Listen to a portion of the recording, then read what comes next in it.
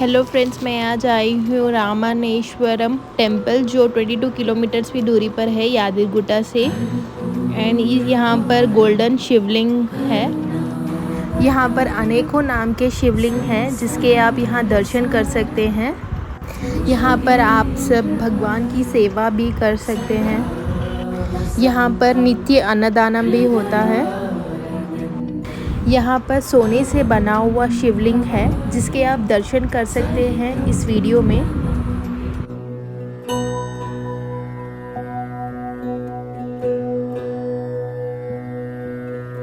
कर्पूरघोरं करुणावतारं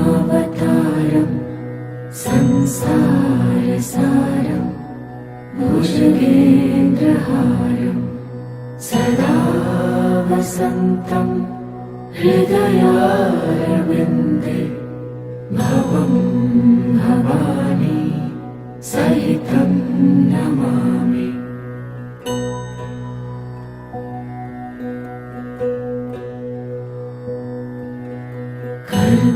कर्पूरघोरं करुणावतारं संसारसारं भुजगेन्द्रहारं सदा वसन्तं हृदयारविन्दे भवं भवानी सहितं नमामि।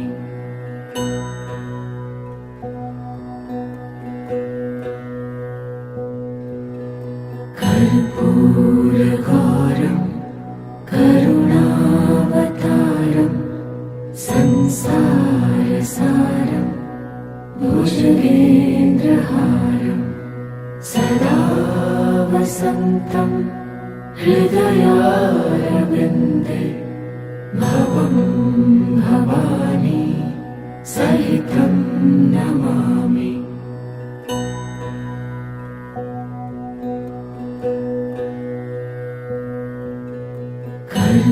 कर्पूरघोरं करुणावतारं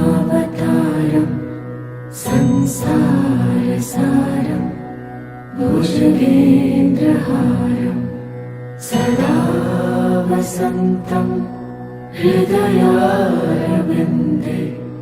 भवं भवानी सहितं नमामि।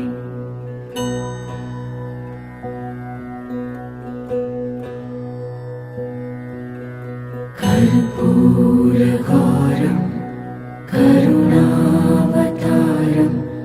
संसारसारं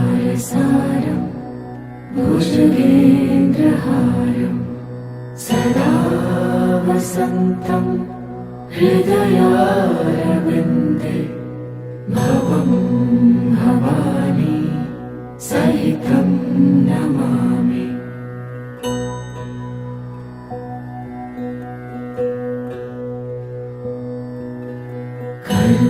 कर्पूरघोरं करुणावतारं संसारसारं भुजगेन्द्रहारं सदा वसन्तं हृदयारविन्दे भवं भवानी सहितं नमामि।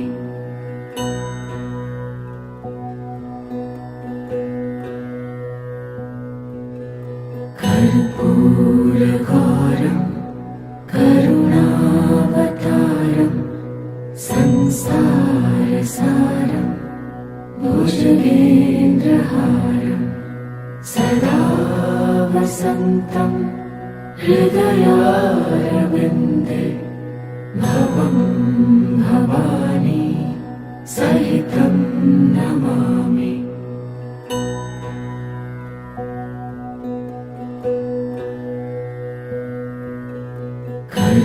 कर्पूरघोरं करुणावतारं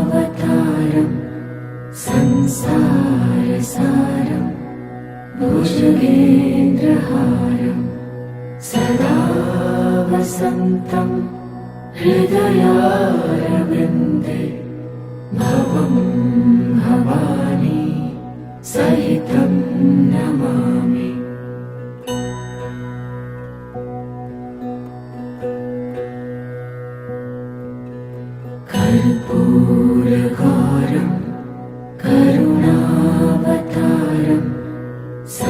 संसारसारं भुजगेन्द्रहारं सदा वसन्तं हृदयारविन्दे भवं भवानी सहितं नमामि।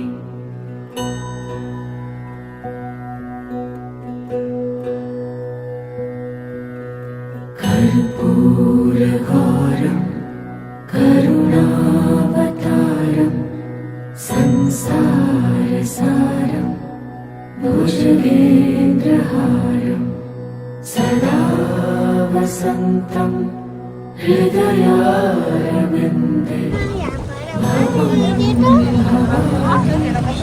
सहितं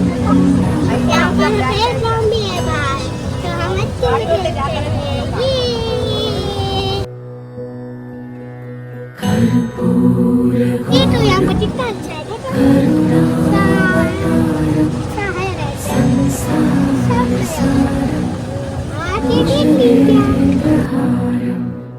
सदा वसन्तं हृदयारविन्दे भवं भवानी सहितं नमामि।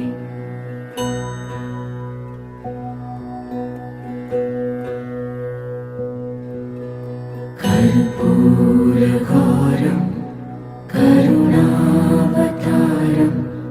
संसारसारं भुजगेन्द्रहारं सदा वसन्तं हृदयारविन्दे भवं भवानी सहितं नमामि।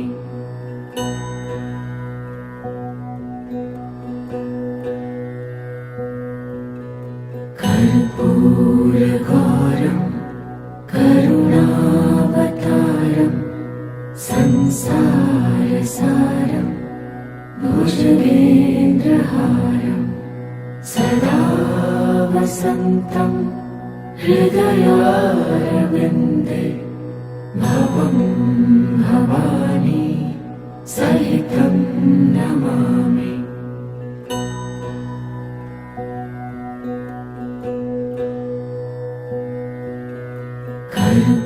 कर्पूरगौरं करुणावतारं संसारसारं भुजगेन्द्रहारं सदा वसन्तं हृदयारविन्दे भवं भवानी सहितं नमामि।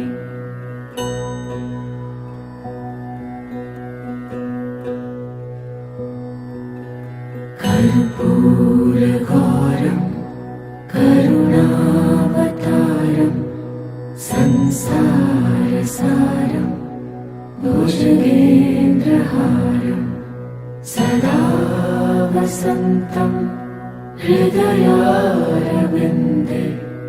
भवं भवानी सहितं नमामि।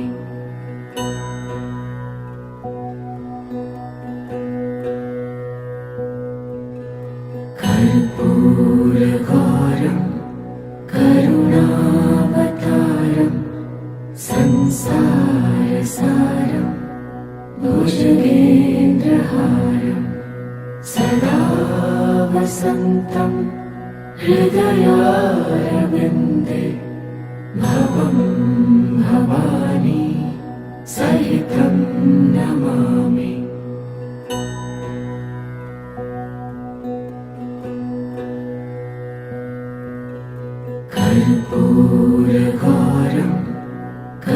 ఇది యాదగిరిగుట్ట సమీపంలోని రామేశ్వర ఆలయంలో గోల్డెన్ టెంపుల్ ఉందండి. ఇది ప్రతి ఒక్క భక్తులు ఇక్కడ దర్శనం చేసుకోవచ్చండి. ఇది ప్రపంచంలోని అతిపెద్ద దేవాలయం అండి. మీరు అందరూ వచ్చి ఇక్కడ దర్శనం చేసుకోవాలండి. ప్రతి ఒక్క అమ్మవారి యొక్క రూపంలో మీకు దర్శనం అవుతుందండి. మరి లింగాలు కూడా ఎన్నో వేల లింగాలు ఉన్నాయండి. ప్రతి ఒక్క భక్తులు వచ్చి ఇక్కడ దర్శనం చేసుకోవాలండి. ఇక్కడ డైలీ అన్నదానం కూడా జరుగుతుందండి. ప్రతి ఒక్క భక్తులు ఇక్కడ అన్నదానంలో పాల్గొంటారండి. आपल्याला देते बाय बाय.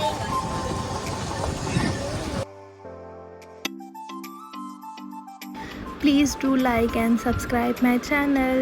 Bye bye.